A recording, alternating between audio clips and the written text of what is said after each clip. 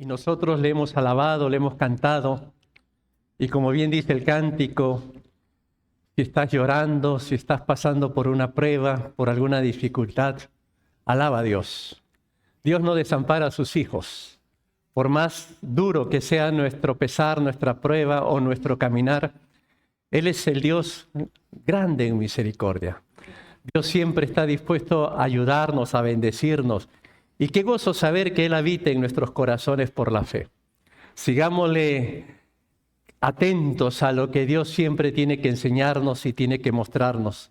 Y en esta ocasión vamos a entrar a la palabra de Dios. Como ustedes bien saben, ya por buen tiempo venimos tratando el libro del Apocalipsis. Hoy hemos llegado al capítulo 16. Ya pasamos la mitad del libro. Y entramos a un tema que tiene que ver con juicios, pero son los finales, los juicios finales. Y vamos a pedirle al Señor que nos enseñe. Yo les voy a pedir, por favor, que tengan sus Biblias abiertas en el capítulo 16. Ustedes van a ver algunos textos en pantalla, pero hay otros textos del mismo capítulo que no están en pantalla y que yo los voy a leer. Así que tengan sus Biblias listas de donde la tienen. De esa manera podamos nosotros seguir la lectura del capítulo 16 del Apocalipsis. Oremos. Te damos gracias, Señor, porque tú siempre eres bueno y tu misericordia no cesa para cada uno de nosotros. Queremos, Señor, ponernos delante de ti para que tú en este momento nos guíes por medio de tu palabra. Tú nos has dejado palabra de Dios para nuestra enseñanza, para nuestra instrucción. Te pedimos que nos des mente y oído para que podamos captar lo que tu Espíritu quiere enseñarnos a cada uno de nosotros. Nos ponemos en tus manos, en el nombre de Cristo Jesús. Amén. Muy bien, el capítulo 16 del Apocalipsis nos va a describir lo que se conocen como los juicios finales. Estos juicios están manifestados por medio de copas que se van a derramar de manera sucesiva y que van a ser dirigidas, orientadas directamente sobre la tierra, sobre el mar, sobre el sol, sobre el trono de la bestia, sobre el río Éufrates y sobre el aire. Son algunos lugares específicos hacia donde se va a dirigir estas copas de juicio. Estas copas son universales, es decir, los efectos los va a sufrir el mundo entero. No solamente van a ser manifestaciones de juicios para una región o para una zona, no. Los efectos van a ser de carácter universal. No todos van a morir, pero sí todos, de alguna u otra forma, van a sufrir los efectos de estos juicios. Este capítulo 16 es un capítulo difícil. ¿Difícil en qué sentido? Porque habla de muerte, habla de juicio, habla de castigo. Y tratar muchas veces ese tema es descorazonador para quienes amamos a la persona, para quienes amamos al ser humano, y seguramente también de alguna forma nos hace pensar en las terribles consecuencias de aquellos que han decidido darle la espalda al Señor. Vamos entonces a comenzar. Vamos a la introducción de estos juicios. Comienza así. El versículo 1 dice: oí una gran voz que decía desde el templo a los 7 ángeles: id y derramad sobre la tierra 7 copas de la ira de Dios. Miren ustedes que viene una voz que procede del templo. Como dice allí, una gran voz. Sin duda que esta gran voz es la voz de Dios. Esa voz estrondosa, esa voz de autoridad, que como habla allí, nos refiere acerca de su magnitud, su grandeza. Por eso hace alusión de una gran voz, la voz de Dios. Pero lo que llama la atención es la forma imperativa que se le ordena a los ángeles a derramar estas copas. Observen que dice ahí: id y derramad. Lo que nos hace ver de la forma imperativa la orden, la urgencia. Esto quiere decir que los ángeles van a derramar las copas de manera continua, de manera seguida y rápidamente. Y como hemos mencionado, estas copas son derramadas sobre la tierra, lo que tiene que ver que son de alcance universal. ¿Cuántas son estas copas? Son 7. Y yo voy a tratar de mencionar las 7 copas de manera muy sucinta, de manera muy resumida, pero por lo menos tratar de comprender y entender en qué consiste cada uno de estos juicios. Veamos el primero. Esto aparece en el versículo 2. Ahí está la primera copa, cuando dice así: fue el primero y derramó su copa sobre la tierra. Y vino una úlcera maligna y pestilente sobre los hombres que tenían la marca de la bestia y que adoraban su imagen. Observen ustedes con mucha atención este versículo 2. Se van a dar cuenta que el primer juicio, ¿hacia quiénes está dirigido? Está dirigido específicamente a todas aquellas personas que fueron marcadas por la bestia, que se dejaron marcar por el anticristo. Todas aquellas personas que decidieron rendirle pleitesía y honor al enemigo de Dios. Para ellos, concretamente, fue este juicio, este derramamiento. Y lo que dice ahí, que les vino una úlcera maligna y pestilente.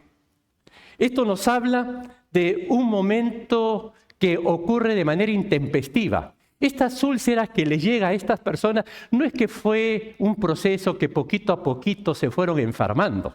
No, de manera imprevista, de manera súbita, les aparecieron esas úlceras. Esas úlceras que empezó a dañar su cuerpo, que empezó a dañar su organismo. Y como describe ahí, era una úlcera, o va a ser, porque estamos hablando de eventos que van a ocurrir en el futuro, va a ser una úlcera maligna. Cuando nosotros leemos la palabra maligno, decimos, esto es mortal, esto es dañino. Es como cuando escuchamos, tiene un cáncer maligno, tiene una enfermedad incurable, algo que realmente va a ser tremendamente grave para su vida. Pero además de maligno, dice que es pestilente. El término pestilente aquí no solamente tenemos que entenderlo como que destila un mal olor, sino que es algo doloroso, algo muy, muy molestoso. Lo que quiere decir entonces, en resumidas cuentas, que de manera súbita a todos aquellos que han decidido en el futuro adorar y rendirle culto y pleitesía al anticristo, que se dejaron engañar, que se dejaron distraer, que se apartaron, que no creyeron en la bondad de Dios, sino que adoraron a este enemigo de Dios, les vendrá este juicio, que se caracteriza, como ven ustedes allí, que de manera súbita les aparece esta úlcera maligna y pestilente. Lo interesante aquí, que en los años futuros probablemente la medicina va a avanzar, los adelantos científicos van a progresar, pero a pesar de tanto avance y tanto desarrollo, esta gente no va a poder ser curada. El anticristo no va a poder hacer nada con sus seguidores que se están viendo infectados con esta enfermedad. Y otro detalle que podemos ver en este primer juicio es que aquí no hay término medio. O son seguidores de Jesús o son seguidores del anticristo. Aquí no existen los neutrales. Hoy en día hay mucha gente que se pone neutral. Dice, no, yo soy libre pensador, yo creo en la naturaleza, ¿no? Creo en los pájaros, creo en el árbol, ¿no? Y se hacen así los distraídos, que no quieren identificarse con Dios, no quieren ser parte de ser un seguidor fiel del Señor y de su palabra. No quieren ser así los artistas, los bohemios, los que están ahí en la moda. Sin embargo, en los tiempos finales vamos a ver que no va a haber término medio. O estás con Cristo o estás con el anticristo. Una de dos. Pues bien, esa fue la primera copa que se va a derramar en el futuro. Vamos a la segunda. La segunda aparece en el versículo 3 y dice, el segundo ángel derramó su copa sobre el mar y éste se convirtió en sangre como de muerto y murió todo ser vivo que había en el mar. En este juicio, ahora vemos que está enfocado directamente sobre la totalidad de los mares. ¿Y qué es lo que pasa? Los mares se convierten en sangre como de muerto. Y por lo tanto es afectada toda la fauna marina. Ustedes saben que en la humanidad los recursos que proceden del mar son importantes para el sostenimiento y la alimentación de muchas personas. Todo esto va a sufrir.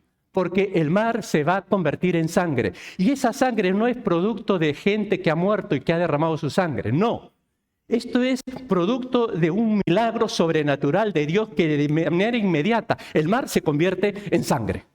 Así como cuando hizo el milagro Jesús de convertir el agua en vino. ¿Se acuerdan? Pues de la misma forma aquí, de manera súbita, los mares se convierten en sangre. Y la sangre dice que es, los mares se convierten en sangre de muerto. Cuando alguien muere, su sangre se coagula. Y esa sangre y ese cuerpo empieza a destilar un olor fuerte, un olor desagradable. Si solamente cuando mueren peces se siente un mal olor. Allá en el Perú hay una zona pesquera, un puerto muy importante que es Chimbote. Yo recuerdo cuando uno pasaba por ese pueblo, ya uno tenía que prepararse para taparse la nariz. Por el fuerte olor, era un largo trecho de estar aguantando esa pestilencia, ese olor, porque era producto de tantos peces y era un puerto pesquero donde habitaba mucho pescador y bueno, un puerto importante. Lo que quiero señalar es ese olor. Si solamente con el olor de los peces es horrible, ahora aquí dice que los mares se convertirán en sangre de muertos, serán transformados de manera sobrenatural por este juicio de Dios. La tercera copa viene del tercer ángel, que derramó su copa sobre los ríos y sobre las fuentes de las aguas, y se convirtieron en sangre. Ahora es el agua potable, el agua que se bebe, se va a convertir en sangre.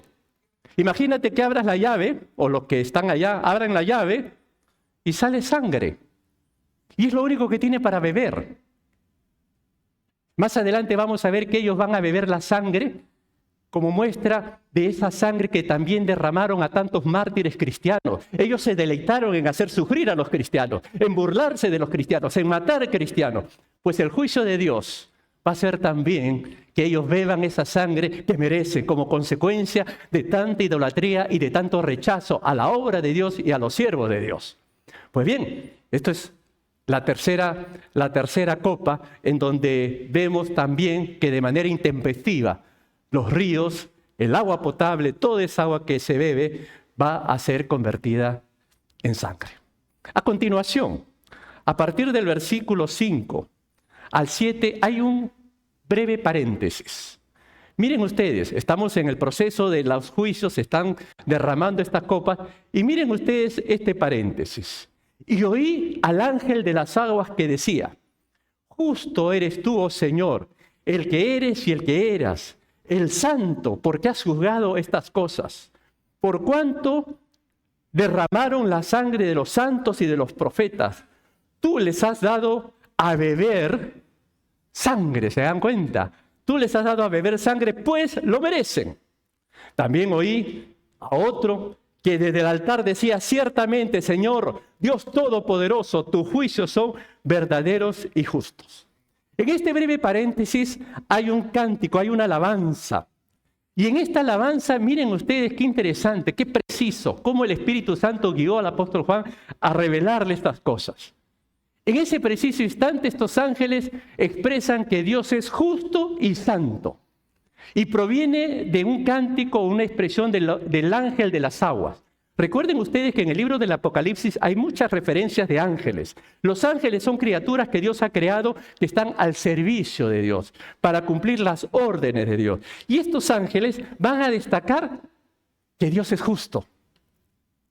Qué interesante, qué preciso. ¿Saben por qué? Porque están habiendo estos juicios. Úlceras, agua con sangre, mares con sangre. Y uno dirá: oye, pero qué malo que es Dios. Dios qué injusto que es. ¿Cómo hace eso? ¿Cómo permite Dios que la gente muera así? No faltará por ahí más de uno que ya esté pensando en eso. Por eso el instante preciso es como para remarcar, para enfatizar que en medio de esos juicios se está mostrando la justicia de Dios, que Dios es justo, que Dios está estableciendo orden. Y noten el otro detalle, no solamente justo, sino santo. Porque en la presencia de Dios no entrará absolutamente nada de mancha, nada de pecado. Sin santidad nadie verá al Señor. Por eso, querido hermano, qué maravilloso, y debemos apreciar y valorar el hecho de haber confiado en Jesucristo. Porque cuando uno lee, sin santidad nadie verá al Señor, uno dice, wow, estoy frito, yo no paso. Porque si empiezan a mirar mi vida van a encontrar muchos pecados, muchas fallas. Pero ahí es donde entra el amor de Dios y la gracia de Dios derramada en la cruz del Calvario. Cuando tú aceptas y reconoces a Jesucristo por posición, tú te conviertes en un ser santo. Porque la Biblia te dice que eres justificado por la fe, que eres santificado por el Señor. De tal manera que si tú por esas cosas de la vida tienes que partir a la presencia de Dios, el Señor no te va a ver a ti como persona. ¿Sabes a quién va a ver? ¿Sabes cuál es tu pasaporte de entrada? Cristo Jesús. Por Jesucristo tenemos entrada y acceso a la presencia de Dios. Pero no solamente eso, sino que también además, mientras sigamos aquí en la tierra, nosotros tenemos que ser santificados. Como hijos de Dios estamos en un proceso y tenemos que someternos a Dios y dejar que Él vaya transformando, limpiando y quitando nuestras vidas. Entonces, eso es parte del vivir y del andar del creyente rumbo a la presencia de Dios. Por eso que cuando se están estableciendo estos juicios, es como para recordar, es como para traer a la mente que Dios es justo, que el Dios de amor, el Dios de misericordia es justo, es santo. Y noten cómo remarca esa frase, porque ha juzgado estas cosas. Lo ha hecho de manera correcta, de manera precisa. La escuela liberal te va a decir que Dios es amor y que por lo tanto no puede condenar a nadie, que no puede juzgar a nadie. Pero la Biblia, ¿sabes lo que te va a decir? Que Dios es justo, que la paga del pecado es muerte, que Cristo Jesús murió para darnos justamente acceso a la presencia de Dios. Los liberales podrán decir muchas cosas, pero la Biblia, nosotros debemos estar atentos a lo que la Biblia dice. Por eso que ahí en ese versículo enfatiza, ciertamente, Señor Dios Todopoderoso, tus juicios son verdaderos y justos. Y hay que agregar otro detalle cuando Dios establece justicia, que Dios es omnisciente. Es decir, Él lo sabe todo. Hay gente que peca aún haciendo cosas buenas. ¿Qué te parece eso? Tú puedes hacer cosas buenas, pero Dios lee corazones, Dios lee intenciones. Dios sabe que si lo que tú estás haciendo, lo estás haciendo por vanidad, por orgullo, por autorrealización, por demostrar, vaya a saber qué cosa. Y Dios lo ve, Dios palpa, Dios conoce, Dios sabe cuáles son las intenciones. Por eso es que hay mucha gente que puede inclusive decir o creer, yo cuando vaya a la presencia de Dios le voy a decir que todo lo que hice. Y el Señor te va a decir, sí, lo hiciste, pero de esta forma, de esta manera. Así y asá, y Él conoce. Por eso los juicios de Jehová son justos. Él va a juzgar de una manera correcta, de una manera precisa. Ese es el paréntesis que se pone en medio del derramamiento de estos juicios de Dios, para que no se nos filtre por ahí esa posibilidad, esa distorsión de creer que Dios está haciendo mal las cosas. No, al contrario, Dios es justo y Dios es santo. Y Él está obrando de una manera verdadera y de una manera justa, como lo menciona el texto bíblico. Vamos a la cuarta copa, vamos avanzando. La cuarta copa viene por el cuarto ángel. Dice allí, el cuarto ángel derramó su copa sobre el sol, al cual fue dado quemar a los hombres con fuego. Y los hombres se quemaron con el gran calor y blasfemaron el nombre de Dios que tiene poder sobre estas plagas. Y no se arrepintieron para darle gloria. La cuarta copa, el cuarto juicio, es vaciado sobre el sol. ¿Y qué es lo que va a ocurrir? Va a aumentar el calor de tal manera que la gente se va a quemar. Nosotros aquí en Miami experimentamos un poquito lo que es el calorcito. Y sabemos lo que implica cuando uno se expone mucho al sol. Hay noticias que en algunos lugares la temperatura va a aumentar y va a aumentar. Pero aquí concretamente, en la manifestación de esta cuarta copa, en este juicio que se va a dar en los tiempos finales de la gran tribulación, vemos que el sol va a arder de tal manera que va a haber gente que se va a quemar. Así, literalmente se va a quemar. Yo les pregunto, Si ustedes están en una casa que se está quemando, en un edificio que se está quemando, ¿cuál es la reacción lógica? Salir, correr, buscar por dónde nos salvamos. Esta gente se está quemando y ustedes noten, no hay ni un poquito de arrepentimiento. No hay un momento de reflexión y decir, estamos sufriendo como consecuencia de nuestro pecado, de nuestra rebelión y de nuestra indiferencia al Señor. No, para nada. Ellos se mantienen en esa postura de rechazo y de blasfemar contra el Señor. A veces nosotros tenemos la ilusión, cuando pensamos en estas personas, si hubieran escuchado a tal pastor, si hubieran escuchado a tal predicador, si hubieran visto tal milagro, tal vez se hubieran arrepentido. Pero aquí esta gente está viendo de todo. ¿Y se arrepienten? No, al contrario, vemos que la reacción es cada vez más firme y más dura de rechazo y de rebelión contra el Señor. Por eso que en los tiempos finales vamos a ver ese énfasis duro, penoso, triste. Y a pesar de que las personas son conscientes de que Dios está dando juicio, que Dios está poniendo su casa en orden, vemos que las personas, en vez de arrepentirse, todo lo contrario, blasfeman, insultan, injurian, ofenden, mantienen esa actitud de rechazo contra el Creador. Vamos a la quinta copa. La quinta copa está en los versículos 10 y 11.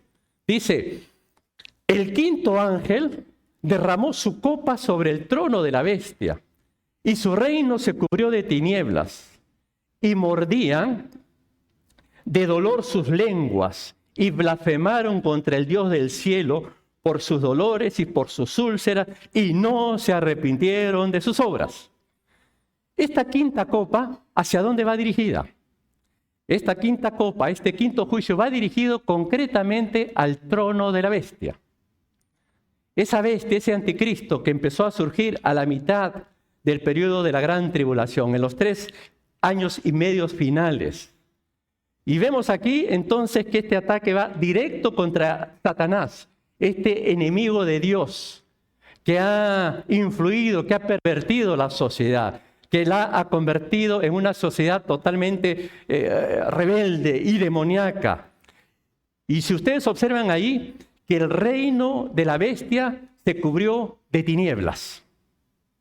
Literalmente, ese reino se entenebreció o se va a entenebrecer. Estamos viendo cosas que van a ocurrir en el futuro. El reino de la bestia va a ejercer lo que le queda, pero en tinieblas. Su pura realidad, su final es tinieblas. Y esto va en contraste con lo que Jesucristo ofreció. Jesucristo dijo, yo soy la luz del mundo. El que me sigue no andará en tinieblas, sino que tendrá la luz de la vida. Ese es el ofrecimiento que ha hecho nuestro Señor Jesucristo y lo seguirá haciendo. Pero esta gente, al final, vean ustedes que deciden seguir al anticristo y por lo tanto su destino final va a ser las tinieblas.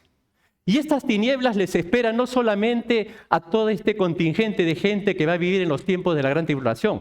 Esas tinieblas le espera a toda persona que en el tiempo presente, hoy, siglo XXI, hoy, octubre del año 2023, 8 de octubre de 2023, hay personas que están perdiendo la eternidad rechazando a Dios. Su destino eterno, su destino final va a ser también el mundo de las tinieblas. El mundo de aquella perversidad que se ha caracterizado por rechazar a Dios. Y otro detalle que encontramos aquí en este juicio, que esta gente mordía de dolor sus lenguas. Mordían. Este término morder habla como también de chuparse la lengua, de tanto le duele. ¿Tú has visto a esa gente, o tú mismo tal vez, cuando algo te duele no haces... ¿no? Esa que te chupas porque no aguantas el dolor, ¿no? Es insoportable. El término dolor aquí significa agonía, aflicción. Están afligidos, están sufriendo. Y lo más triste de todo, que a pesar de sus calamidades, dice el texto bíblico, blasfeman contra Dios por sus dolores, por sus úlceras, no se arrepienten. se dirigen a Dios, le echan la culpa al Señor. Cuando dice allí que no se arrepintieron, quiere decir entonces que tenían la posibilidad de arrepentirse, que tenían esa opción, que todavía estaban a tiempo, pero la dureza del corazón los mantiene en esa actitud de rechazo y de rebelión contra Dios. Vamos a la sexta copa. La sexta copa está en el versículo 12 y dice así: el sexto ángel derramó su copa sobre el gran río Éufrates, y el agua de éste se secó, para que estuviese preparado el camino a los reyes del oriente. Esta sexta copa se derrama sobre el río Éufrates y hace que este río se seque. ¿Lo están leyendo? El río Éufrates se va a secar. Este río, si ustedes lo buscan después por Google, ¿no?, que es nuestro buscador oficial, lo van a encontrar. Eso existe, ahí está. Y en el tiempo futuro dice la profecía que este río se va a secar. Este río mide aproximadamente 1800 millas. ¿Para qué el Señor va a secar el río? El versículo lo dice: para que estuviese preparado el camino a los reyes del oriente. ¿Quiénes son estos reyes del oriente? Son todos esos gobernantes que forman parte de la zona oriental que se van a organizar para invadir Israel, para atacar Israel en lo que nosotros conocemos con la gran batalla del Armagedón. Los reyes del oriente, cuando pensamos en los reyes del oriente, hoy en día hay naciones orientales que pueden organizar ejércitos multitudinarios. Les doy algunos nombres: Japón, China, India, Tailandia. Ahí nomás. Tú puedes organizar ejércitos, pero de multitudes. Y estos numerosos ejércitos, aunque ahora no nos parezca real, se van a organizar y van a cruzar y van a ir camino a querer destruir a Israel, a querer destruir al pueblo de Dios. Y por referencia, pues, es una manera de ir contra Dios. Una pequeña nota. Ayer ha sido atacado Israel, pero no han sido los reyes del oriente. Ha sido un ejército, vamos a llamarle terrorista, el conflicto que tienen con Hamas. Hamas es el movimiento de resistencia islámico. Eso no es el comienzo del Apocalipsis. Es un ataque más. Israel en la historia ha sufrido muchos ataques y sufrirá más. Pero no pensemos que ya comenzó el Armagedón, no. ¿Se ha secado el río Éufrates? ¿Lo han atacado las naciones del oriente, como dice el pasaje? No. Por lo tanto, es un conflicto más de los tantos que tiene el pueblo de Dios, que tiene la nación de Israel, que el Señor se encargará de protegerlos y de guardarlos. Más adelante, versículos 13 y 14, no está en pantalla, por eso ahora sí les pido que vean en sus Biblias. Miren lo que dice Apocalipsis 16, versículos 13 y 14. Y vi salir de la boca del dragón, y de la boca de la bestia y de la boca del falso profeta, 3 espíritus inmundos a manera de ranas, pues son espíritus de demonios que hacen señales, y van a los reyes de la tierra en todo el mundo para reunirlos a la batalla de aquel gran día del Dios Todopoderoso. ¿Cómo es posible concentrar a tanto ejército, a tantas naciones? ¿Cómo es posible que se puedan poner de acuerdo para ir contra Israel? La razón que nos explica aquí es que se junta la Trinidad satánica para convencerlos. El dragón, que es Satanás, la bestia, que es el anticristo, y el falso profeta. Esa es la Trinidad satánica que se organizan. Ellos son campeones, son expertos, para que con señales, con mensajes, y vean ustedes el énfasis en boca.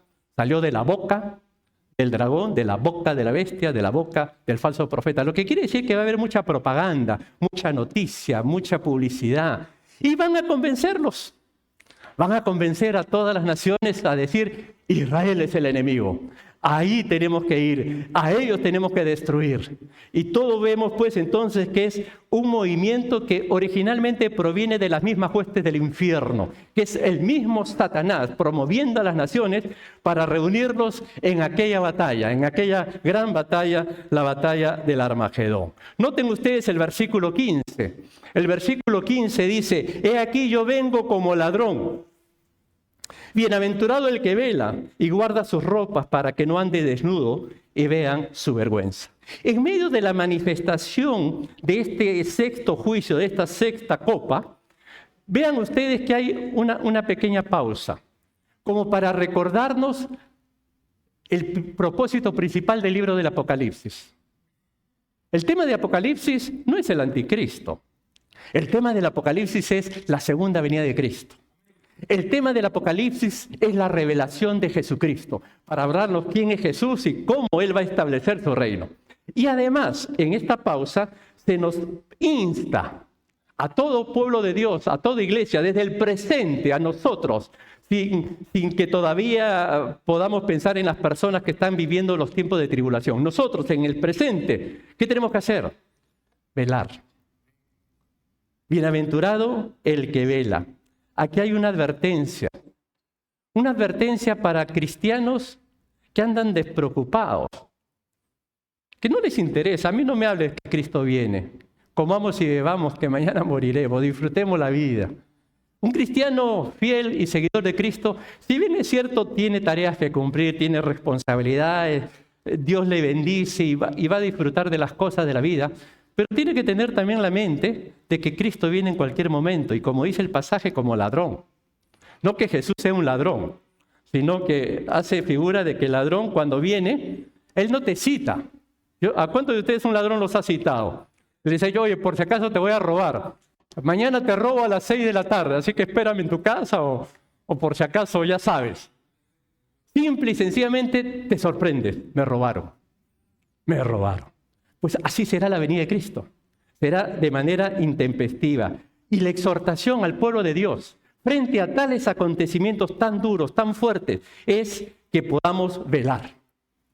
El Señor Jesucristo exhortó a sus discípulos.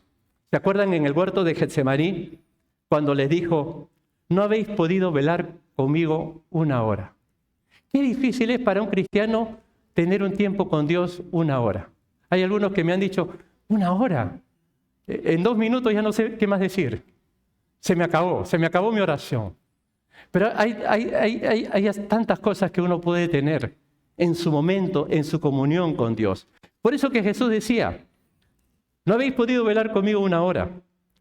Velad y orad para que no entréis en tentación. El espíritu a la verdad está dispuesto, pero la carne es débil. Y en esta pausa nos hace ver y nos habla a nosotros de la importancia de estar atentos y velando. Ponte a pensar en un bombero, en un soldado, cuando suena la alarma y que por ahí lo encuentre desnudo o sin sus ropas. Pierde tiempo, o salir así al campo de batalla sin vestimenta. ¡Qué vergüenza! ¿No? Es lo que trata de decirnos el pasaje. Por eso nosotros, queridos hermanos, tenemos que estar velando, expectantes. Cristo viene en cualquier momento. Debemos nosotros saber que nuestro futuro no está en manos de los políticos, no está en manos de los sociólogos, no está en manos de la ciencia. Es bueno estar atentos a lo que dicen por aquí y lo que dicen por allá. Nuestro futuro, querido hermano, está en las manos de Jesucristo, está en las manos del Señor. Debemos más bien estar atentos a lo que el Señor dice, atentos a lo que la palabra de Dios me enseña, atentos a lo que dice la Escritura. La historia de la humanidad no la va a determinar fulano o mengano, o tal político influyente o el otro tal. No, el futuro no lo determina tal pacto, tal organización. De ellos no depende, Ellos podrán decir 1000 cosas, hablar muchas cosas, tomar muchos acuerdos, pero eso, querido hermano, no va a afectar en nada el plan de Dios. Dios tiene sus planes, Dios tiene sus propósitos, por lo tanto nosotros como creyentes, hoy más que nunca debemos estar atentos al escrito está. Y de esa manera vamos a tener una mejor claridad y un mejor concepto de los tiempos en los que estamos. Pues bien, versículo 16 dice, y los reunió en el lugar que en hebreo se llama Armagedón. Ahí se congrega toda esta multitud que quieren venir contra Israel. Algunos creen que Armagedón es un mito. Es un cuento, ¿no? Cuando hablan de la guerra de Armagedón, dicen, este es un chiste. Permítame leerles una cita de un comentarista acerca de esto. Él dice, hay suficientes referencias bíblicas para concluir que se trata de un lugar geográfico concreto. Si bien es cierto que lo que se reconoce como el Valle de Armagedón no es lo bastante grande para dar cabida a la totalidad de los ejércitos, también es cierto que los mencionados ejércitos estarán distribuidos en una área que se extiende desde los montes de Jezreel hasta Jerusalén. Es posible que los altos mandos militares sean quienes se congreguen en Armagedón, mientras que el resto de los soldados estarán esparcidos por la geografía de Palestina. Armagedón será, por lo tanto, el punto geográfico central que marcará el encuentro definitivo y la derrota final de las huestes del anticristo a manos de nuestro Rey, el victorioso Señor Jesucristo. En ese lugar, Jesucristo va a lograr su máxima victoria y será el comienzo del famoso reino que tanto esperamos, su reino milenial. Con esto llegamos a la séptima copa. Por fin, llegamos a la séptima copa, el séptimo juicio que está en los versículos 17 y 18. Dice así, el séptimo ángel derramó su copa por el aire y salió una gran voz del templo del cielo y del trono diciendo, hecho está.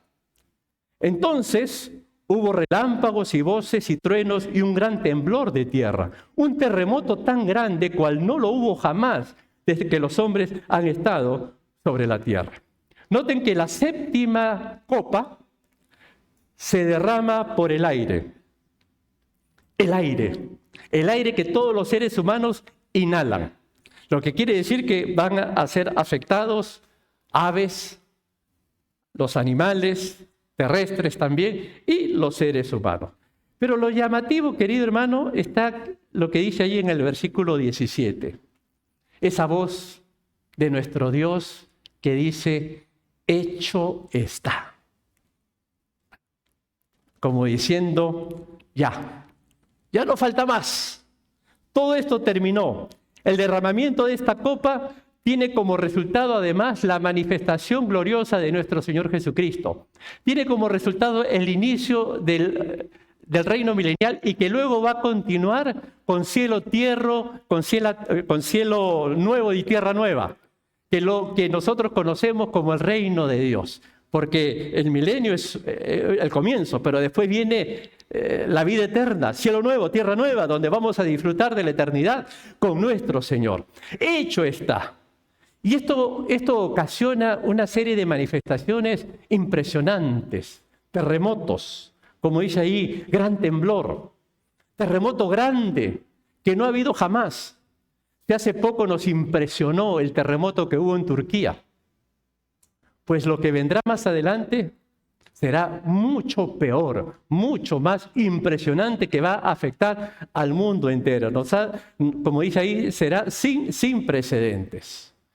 Y noten que el versículo 19 y 20, léanlo conmigo, dice ahí, y la gran ciudad, o sea Jerusalén, la gran ciudad fue dividida en 3 partes. Y las ciudades de las naciones cayeron, y la gran Babilonia vino en memoria delante de Dios para darle el cáliz del vino del ardor de su ira. Y toda isla huyó, y los montes no fueron hallados. Más adelante vamos a hablar un poquito más de Babilonia. Pero llama la atención, en primer lugar, que Jerusalén quedó dividido en 3 partes, fruto de todos esos cataclismos, de todos esos terremotos. Otro detalle que observen ustedes ahí, las islas desaparecieron. Si hay una isla, va a quedar en el fondo del mar. Y los montes también desaparecieron. Todo cayó plano. no se va a encontrar. Y termina el capítulo con el verso 21 que dice, y cayó del cielo sobre los hombres un enorme granizo como del peso de un talento.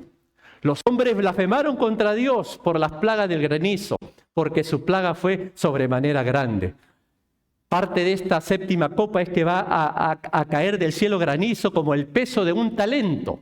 Un talento aproximadamente es de 60 a 70 libras. Imagínate cayendo esos objetos desde el cielo. Va a ser como bombas. Bombas que van a ir cayendo. Y van a haber sobrevivientes. Y estos sobrevivientes, ¿tú crees que se van a arrepentir? Pues ¿qué dice ahí? Blasfemaron contra Dios. Eso es lo triste. Así termina esta historia. Que los que decidieron apartarse y adorar al anticristo mantuvieron esa actitud de rechazo y de rebeldía contra Dios. Terminamos. ¿Qué podemos extraer de este capítulo? En primer lugar, mi hermano, es evidente la manifestación de la justicia divina. Dios justo, Dios santo, va a poner orden. El mal va a terminar. Y no es que Dios sea malo. No. Hasta el final, Él va a seguir dando oportunidad para que el ser humano se arrepiente. Dios no quiere la muerte de nadie. Dios ama al ser humano. Dios quiere que si hay alguien que no ha reconocido a Cristo, que lo reconozca y se arrepienta. Lo segundo que podemos nosotros extraer ahí, que en medio de tales juicios está presente la oportunidad de arrepentimiento y reconciliación con Dios. Ha sido evidente que esta gente no se quiso arrepentir. Pues en el tiempo presente que estamos viviendo todavía este periodo, este tiempo de gracia, si hay alguien que no tiene a Cristo, tiene la oportunidad de arrepentirse, tiene la oportunidad de reconocer a Jesús. Y lo tercero que podemos encontrar nosotros, querido hermano, como lección, es que somos llamados a velar, a estar vigilando, que el Señor viene en cualquier momento. Nuestra tarea es vivir en este mundo, sí, pero atentos, que Cristo en cualquier momento vendrá. Él vendrá de manera intempestiva. Termino con una pregunta y con una oración. ¿Estamos orando por aquellos que no conocen a Dios? ¿Estamos orando por aquellos que les espera, si no se arrepienten, un destino de tinieblas? Mi corazón llora por ellos, oro por ellos. Creo que es nuestro deber, querido hermano, frente a estos juicios, frente a estas terribles plagas que vendrán en el futuro, no nos queda más que orar y que persuadir. Acepta a Cristo. De lo contrario, le espera este mundo de tinieblas y esta condena eterna. Por más que mueran antes de la tribulación, su destino eterno será la condena y la muerte eterna. Pero qué bueno es saber que en Cristo hay esperanza, que en Cristo hay perdón, que Cristo es vida, que Cristo es salvación, que en Cristo hay los mejores momentos que un ser humano puede vivir, porque no hay experiencia más hermosa y más gloriosa que descansar en Dios. Como estuvimos cantando al comienzo, si estás llorando, si tú estás pasando por pruebas, si estás pasando por alguna aflicción, qué bueno es que levantes la mirada y sepas que el Dios Todopoderoso quiere consolarte, quiere salvarte, quiere rescatarte, quiere sanarte. Sanarte no solamente de tu dolor físico, sino también sanarte de esas rupturas, de esos quebrantos que pueden haber en tu corazón, que tal vez no te dejan dormir y que te tienen ahí triste, deprimido y cabizbajo. Cristo es luz, Cristo es esperanza. Por eso vale la pena compartirle a nuestros hermanos y amigos que solo en Cristo hay vida, que solo en Cristo hay salvación, que solo en Cristo hay esperanza. Y además de ello, oremos por tanta gente que todavía no quiere saber nada, que son rebeldes.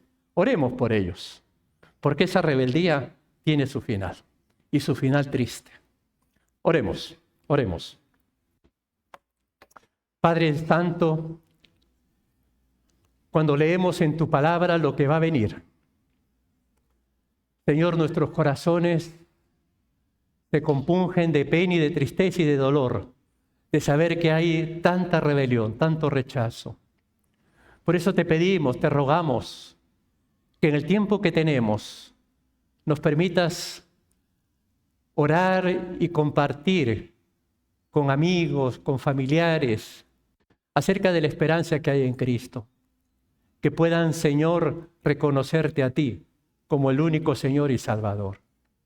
Señor, bendícenos, fortalécenos, y que podamos ser una iglesia que vele, como tú nos exhortas aquí en tu palabra. Que podamos velar, sabiendo que tu venida puede darse en cualquier momento. Ayúdanos y bendícenos. Te lo pedimos en el nombre de Cristo Jesús. Amén.